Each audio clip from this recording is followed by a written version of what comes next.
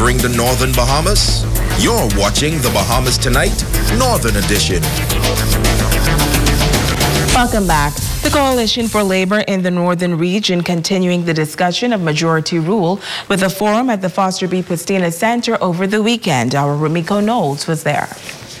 Taking the time to appreciate those who fought for economic empowerment and equal opportunity, fourth Vice President of the National Congress of Trade Union, Quinton LaRota, says when the celebrations are conducted, the role labor played is often ignored. That is why the board hosted a forum to discuss the events that led to majority rule, the issues since, and the ones moving forward. If you don't know your past, you will repeat the mistakes and you will not celebrate and give credence to those who made the sacrifices to get you where you are. And so in remembering our past, it helps us to chart the course because we know where we were and now we know where we are and we want to see where we're going. And so learning about our history and how we get to where we are is essential. Member of the Grand Bahama Taxi Union, Earl Gaudette, says taxi drivers played a major role in majority rule. Whether it's from Burma Road, the shutdown of the airport in Nassau, which led to the general boycott in Nassau, they were all taxi drivers. The president of the taxi union, Sir Cliff, went on to be in the House of Assembly, but also the Governor General. Wilbur Morse was a taxi driver. He went on to be in the House of Assembly. Okay, so we had a number of taxi fellas who made their mark not only driving the taxis, but also in governing the country. Reflecting on his role played when all Bahamians became free, His Excellency the Most Honorable Maurice Moore says, had it not been for the labor movement, the Bahamas may not be enjoying 52 years of majority rule. He adds that some progress have been made since 1967, but notes that the country now needs new people, new ideas, and new money. When years ago, the city was booming.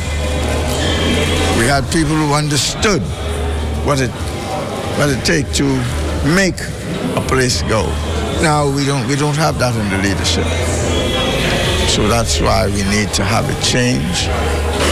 Freeport should either go back into the hands of the government or into the hands of people who understand what it takes to re-energize a city with all the infrastructural requirements for development. Giving his perspective on majority rule, activist C. Allen Johnson says many of the things Bahamians fought for have been achieved. He says it's now time to look for the tools necessary for the 21st century. We got the political independence, but we were also promised ownership of the country, and we've been teetering around ownership. Yes, we have had a tremendous amount of stride we have made in those 50 years, but we have never took an aggressive role towards that process. Rumiko Knowles, ZNS Network News.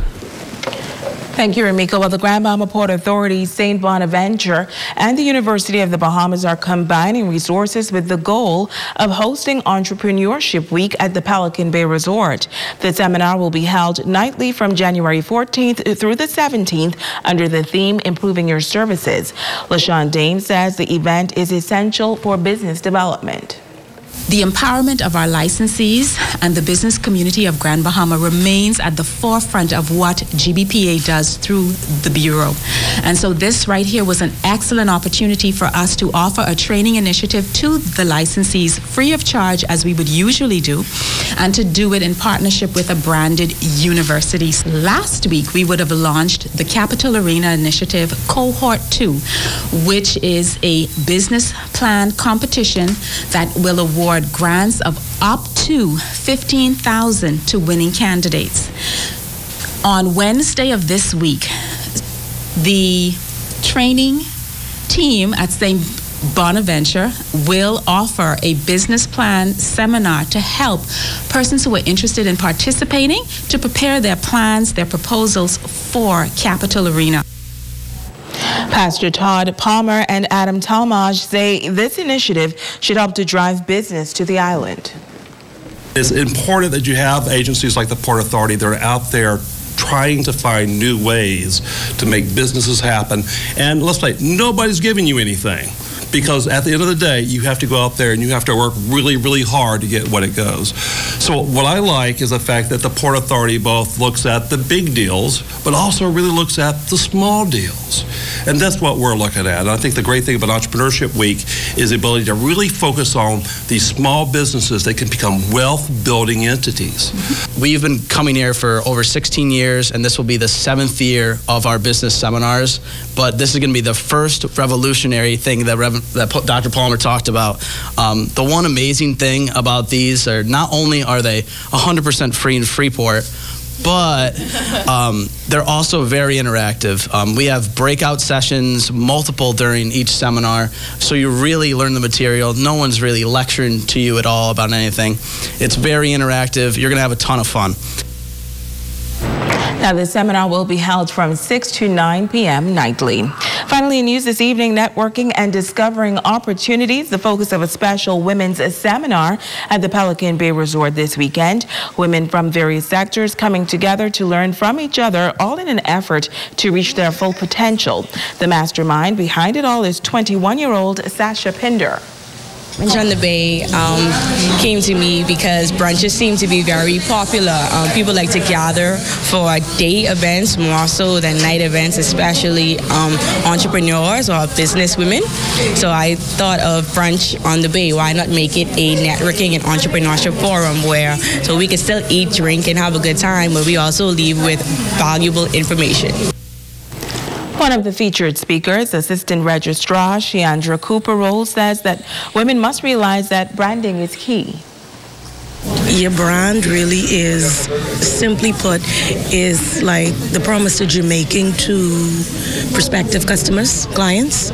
So you want to make yourself stand out in the field, especially when almost none of the fields that you enter into have just one business. There are multiple persons that are doing the same business that you are.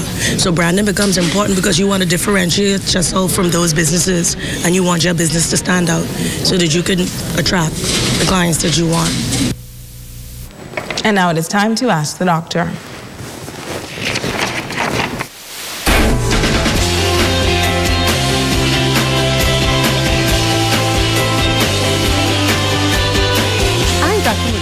Welcome. David from Nassau asked, I developed a bad rash around my neck after my wife and I changed our laundry detergent, but nothing happened to my wife. Is this something I should be worried about? It sounds like you've experienced a case of contact dermatitis. Contact with an irritant or allergen causes this form of dermatitis, which usually produces a dry, scaly, non-itchy rash. The irritant will cause a rash on anyone exposed to it, but some people's skin may be more sensitive. Areas with thinner skin, such as the eyelids, are more likely to react. The severity of a reaction may vary with duration of exposure and the amount of irritant. Allergic contact dermatitis produces a very itchy red rash and bumps and sometimes blisters. Common allergy-causing agents called allergens include latex rubber, nickel, and poison ivy. Allergic contact dermatitis develops after your initial exposure to the allergen. Avoiding the irritant or allergen allows the rash to heal, and medications may improve symptoms. If you have a rash or a reaction that is severe, please don't suffer. See a doctor who can treat and control your symptoms with prescription medications. I'm Dr. Monique Pratt, and this has been Ask the Doctor. Stay with us. Ramiko Knowles has a check on sports when we come back.